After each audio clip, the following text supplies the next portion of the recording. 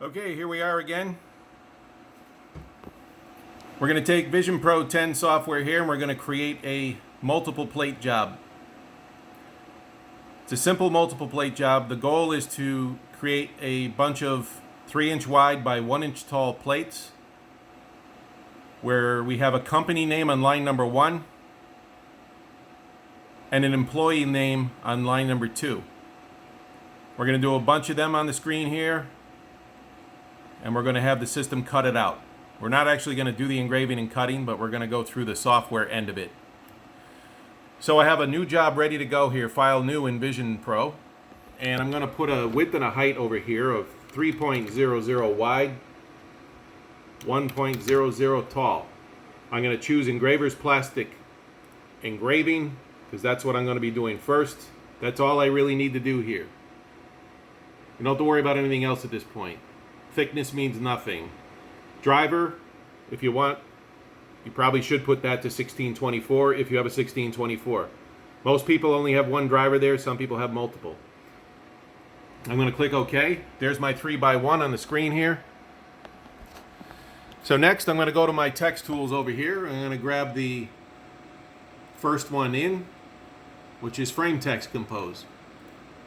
I'm ready to start typing. However, the inner box here, as you can see, this is my margins. So if I start typing here the way it is, it doesn't allow me to go outside those margins, and I have to widen those margins a little bit. So up top here, because I'm in text editing mode, you see a whole new toolbar of stuff that came up here. All kinds of things you can do. I'm going to go to the one that says Frame, and I'm going to change my left margin to 0.15, my right margin to 0.15. My top and bottom are at 0. Doesn't really matter what I do. If I can leave them at 0, but maybe I'll just put in 0.1 just so I can see my margins overall. Okay, I've hit close here. So there's my inner box margin now. It's a little more appropriate. Now I need to change my text type because I'm going to do 2 lines. My text is currently set at 1/2 inch tall. Too big for a 2-line job on a 1x3. So I'll double click that and I'll call line number 1 0.350. I'm sorry, it's not line number 1. It is line number 1. What I'm going to do is just change it. I didn't have to change the height at that point to 0.35. I could have got the typing out of the way, but it makes more sense. So I'm going to start typing at 0.35 inches. So I'll type in Vision Engraving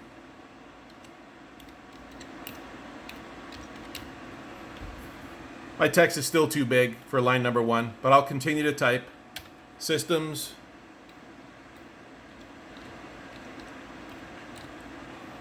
Okay, nice and scrunched up.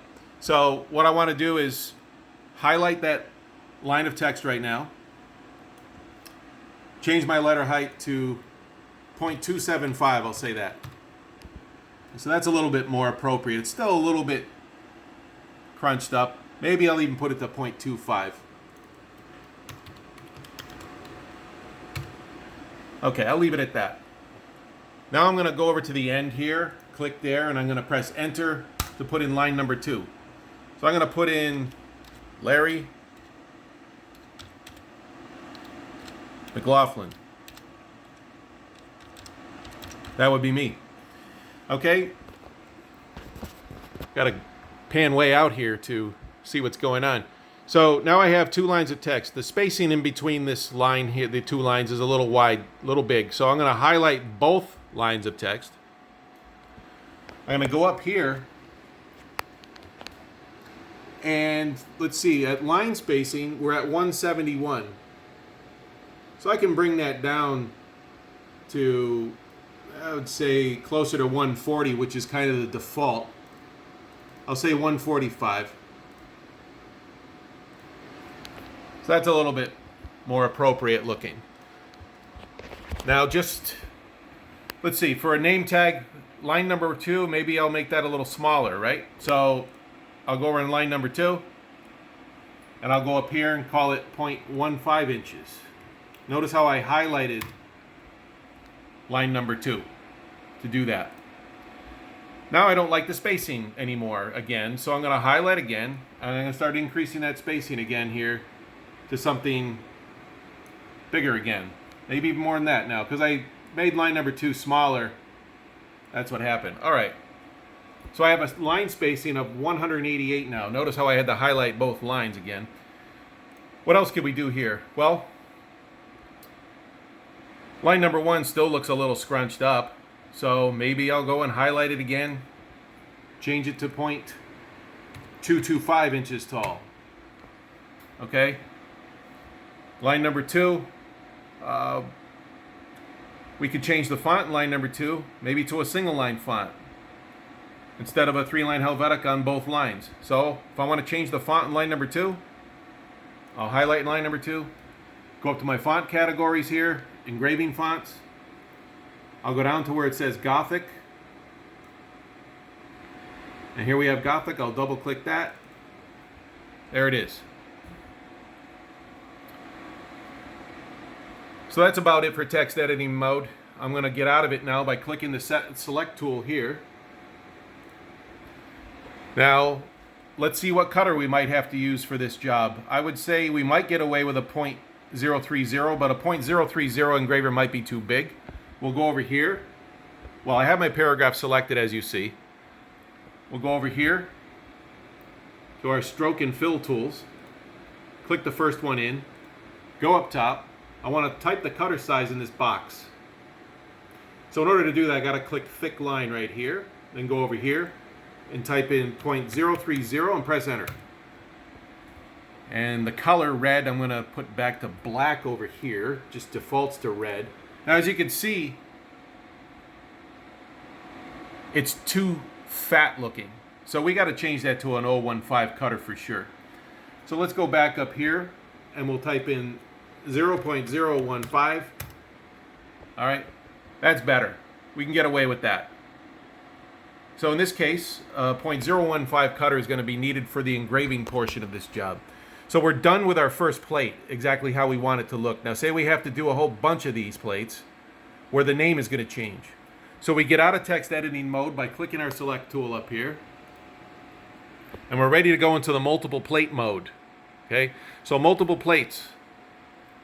When we're ready to turn into a multiple, we have to highlight what we're going to multiply. In this case, it's the paragraph, right? So we got to select the paragraph. You can click right, you can drag a box around it to select it, or you can just click right on the text, select the whole paragraph. Easiest way is to go over here to this icon that says, you see where a stack of letters, and click multiples.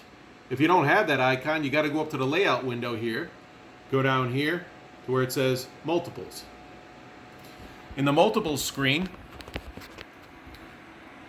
the first thing I do in here is I put down the size of my master plate on the table. So say I have a 12-inch tall by 24-inch piece of plastic. So I'm going to go over here, type in 12, go to the width, type in 24. My next step, I go up top and I tell it how many plates I want to do. So say I want to do 24 plates. Okay, so I'll put in 24. I'll tab down. You can see the little graphic image showing as you go along what's going on. The next thing I want to do is I want to use the system to cut the plates out after they're done engraving the text. So I got to drop this down and click score lines. I want my score line color to be different than my text color, because that's how I'm going to differentiate on the screen. First, I'm going to send the black text to the engraver, and then when that's all done engraving, I'm going to send the red over to cut it out. Okay, so the final, well, not final, but I need some margins. I don't want to cut over around the rulers on the table. So I'm going to put something like I'll just put 0.2 on the top. I can put 0.2 all the way around if I feel like it. Left, bottom, right, all that. So that gives me some spacing around my 12 by 24 inch sheet. We don't want any vertical or horizontal spacing in between the plates. That would just waste plastic. As you can see, I could fill this thing up. I only have 24 here, but I could fill this whole plate up with a lot of 1x3s. Now the final step. If I click OK, it's going to create 24 Vision Engraving Systems Larry McLaughlin badges. That would be a lot of badges just for me. Well, say we want to change the text in all those badges. So we click where it says here, highlight text to be changed. Company name is going to stay the same. In this case, Larry McLaughlin, the name is going to change. So I click it, then I click OK. Now it's allowing me to type in all the names. Now keep in mind, there was also an option in there where you could merge a text file in there of names if that were supplied to you. In this case, we're typing in the names manually. Looks like I have to type in Larry McLaughlin again here. Not sure if there's a workaround for that because I already typed it once on the screen. Okay, so now I press enter. I'll type in Bob. I'll type in Kim. So all you're doing is typing the names. I'm not putting last names on the rest of these people. Frank. And one more name. Donald. Okay? So, I'm stopping there because I don't want to type all these names in this video. So assuming I'm done with all my names, I now go and click OK. And because I only did that many names, it gave me that many plates, which is 5 1x3" plates on the screen. As you can see, we got the cutout lines around it. All the names are there. We're ready to engrave it. So assuming we have our 15 thousandths cutter in the system, adjusted to the appropriate depth, I click the engrave button over here. Here's my preview. Okay, I want to send the text first. So we go over here to where it says on this floating cut toolbar that came out, we go to where it says filter by color. We click that. We select black first because that's the color of my text. We select Engraver's Plastic Engraving. Then we hit the select button here. There's my preview. And finally, we send it off here to the engraver. Off it goes. Okay, so what we would do is go and engrave our text and let that get done. Change the cutter to the appropriate cutter to cut them out. Red is already selected here for me to send next. So I'm going to change this Engraver's Plastic Engraving to Engraver's Plastic Cutting. What that does is it increases the RPM a little and slows the system down, because you're engraving deeper. So I hit select. There's my preview. Nothing but the red box. Send it off again to the engraver. Off it goes. So that is a real simple tutorial of multiple plates. This video is now done.